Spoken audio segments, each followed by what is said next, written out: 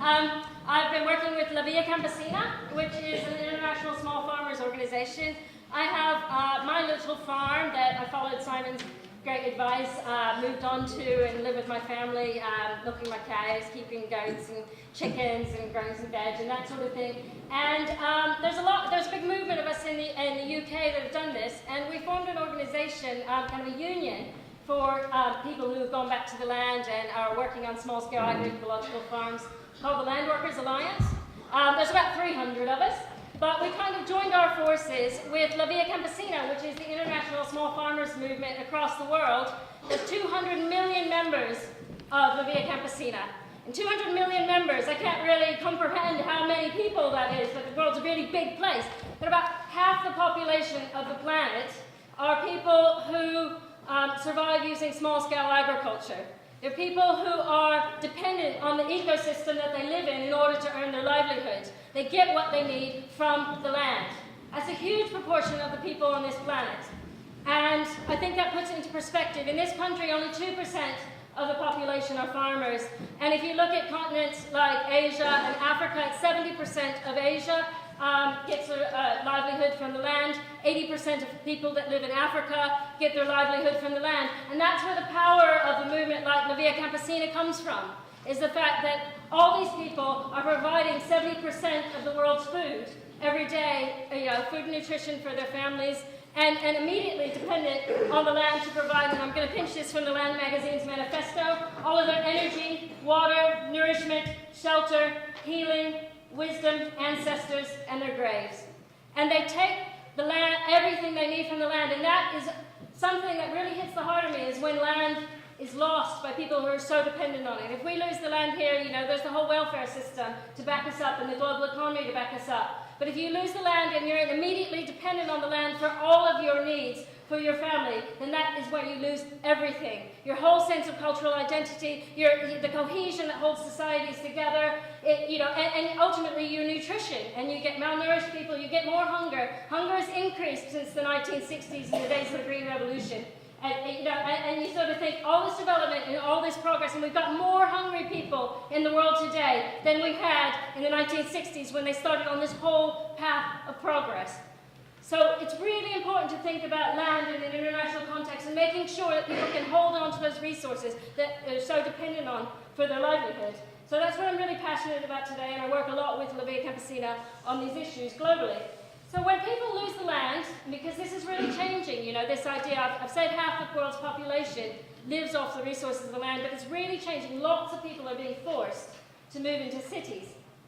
And it's not that people, some people decide they want to go for a better life in the city, and I think the streets are paved with gold, and they want to move from rural areas. But a lot of people are forced, and more people are forced than actively choose to leave their ecosystems and their villages and their livelihoods and where they are. And what are they forced by? And I think that's what I'll go through. Is a few of my experiences. I can't give you the whole spectrum of everything in 15 minutes that makes people leave land, but I can give you a few of my experiences that I've had working internationally in Asia and Africa to help you understand why people are forced to leave the land and what mentality it is that makes them go. First of all, I suppose about 20 years ago, I went to India for the first time. I grew up in the US. My father left India, and I grew up in suburban Louisiana because he got an engineering job, but his family were rice farmers in India.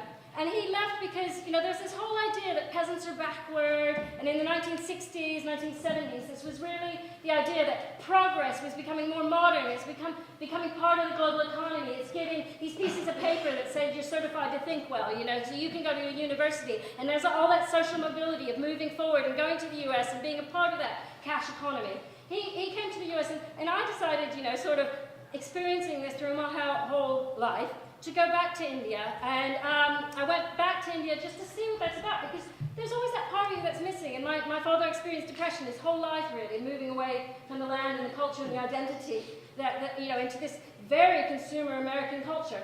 So I went back to India, and I joined in with a movement called the Narmada Vacha Andolan movement, which was fighting against a big hydroelectric dam project. And this whole development mentality, which still persists today and is being pushed incredibly hard across the world and all across global governance institutions on the global south is that you've got to move away from this dependency on the land, the fact that most people earn $1 a day, that is really backward, and to be more modern, you need to centralize resources, you need to get more electricity, you need to get more things that are generating money for the global, for the GNP of the country, and that sort of thing. And so this hydroelectric dam was a huge series of projects that were being built across Gujarat in India, and whenever they build these dams, it floods out vast territories of land, and it was literally millions of farmers who were living on the banks of the very, very fertile Narmada River that were going to have their land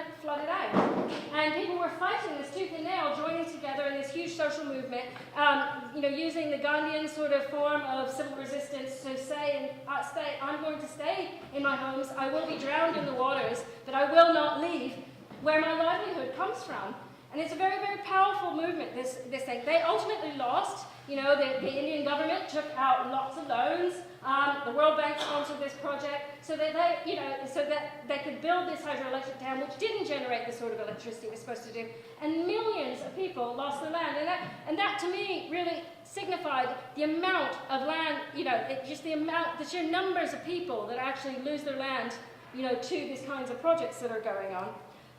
Then later, I've gotten involved in another project called Vision 2020, also based in India, based on this experience of seeing what happens in these areas. And this is also another sort of significant thing that has to go with these development mentalities, is that our agricultural departments, international development departments, there's one in the UK called DFID, and they give lots of development assistance money to countries in order to develop and become more part of the monetary economy. And there was one project called Vision 2020 that was scheduled for the area of Andhra Pradesh in India.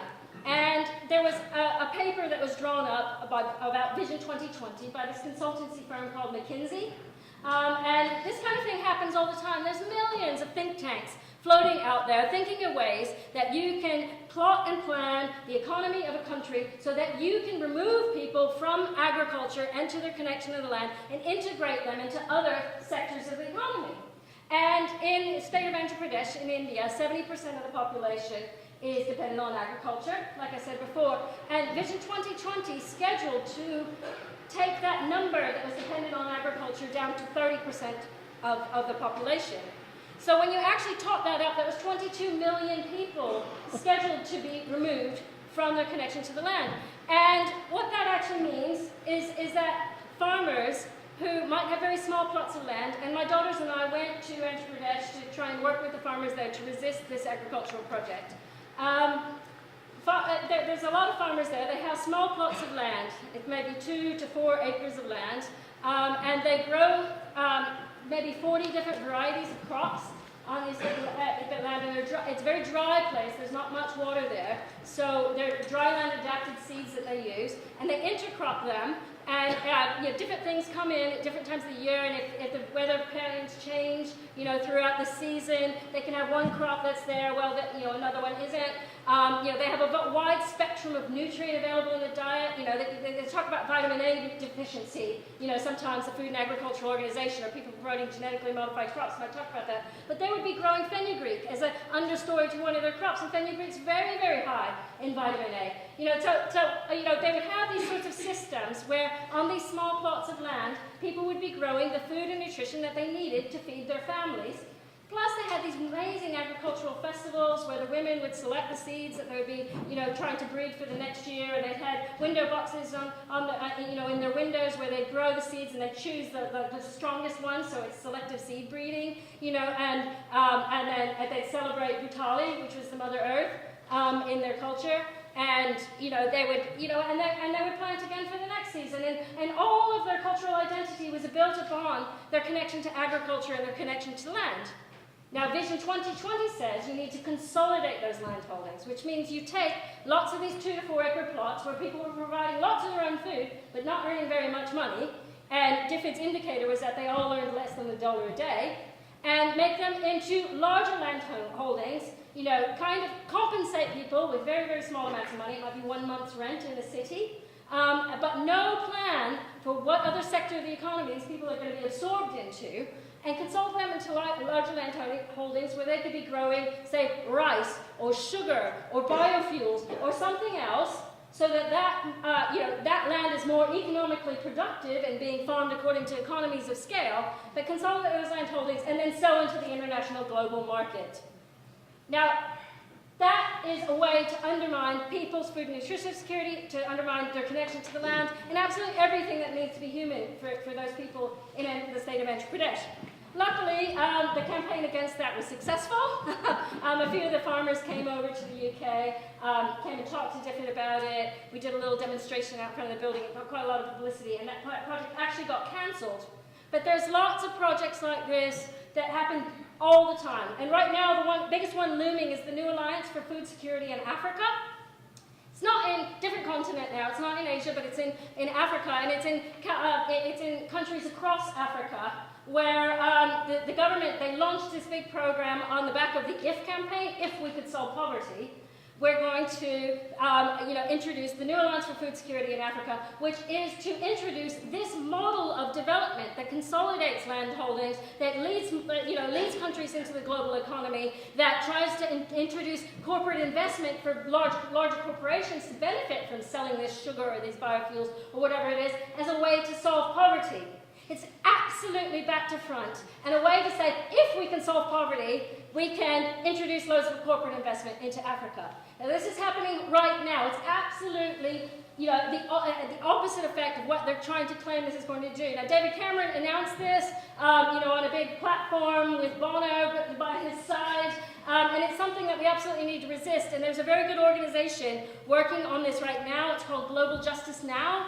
And I would highly recommend that all of you sign up to the news alerts and join Global Justice Now and get the alerts about keeping track of what's happening with this New Alliance for Food Security in Africa, because even more people in Africa are dependent on land-based resources for their livelihood, and it's something that you can do to actually stop the government giving our development aid budget to this sort of program. Secondly, that's all the whole development mentality stuff.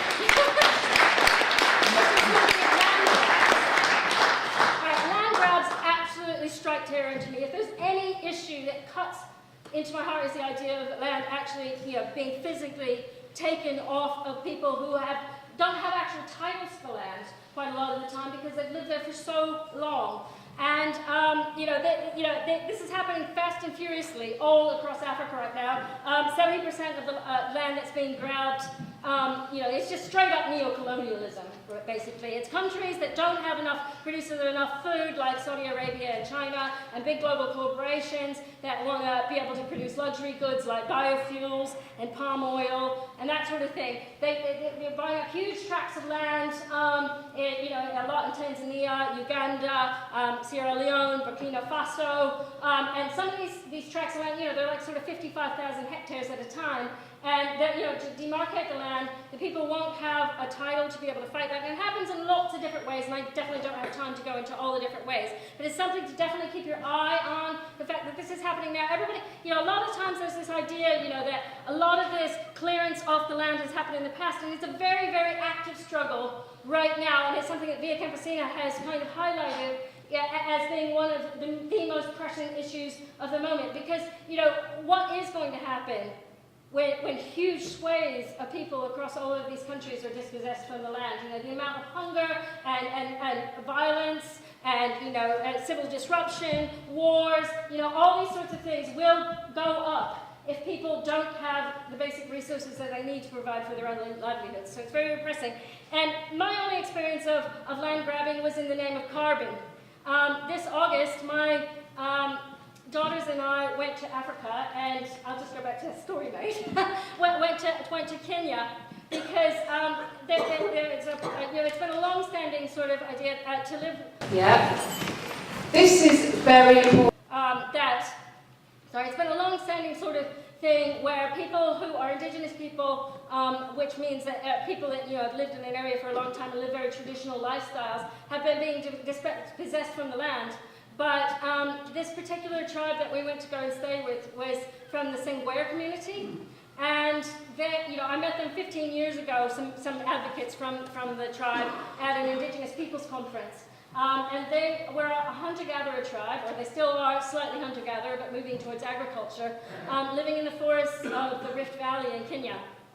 And they have this amazing forest. It's got these, big western red cedar trees, and they live in sort of thatched huts in the forest, and they gather honey, and, they keep cows, and they keep sheep. Now, because they're moving towards agriculture, they grow a few potatoes, and they stopped hunting and gathering in the forest anymore because a lot of the wildlife has disappeared, and they realize that they don't want to be hunting monkeys and birds and things from the forest anymore.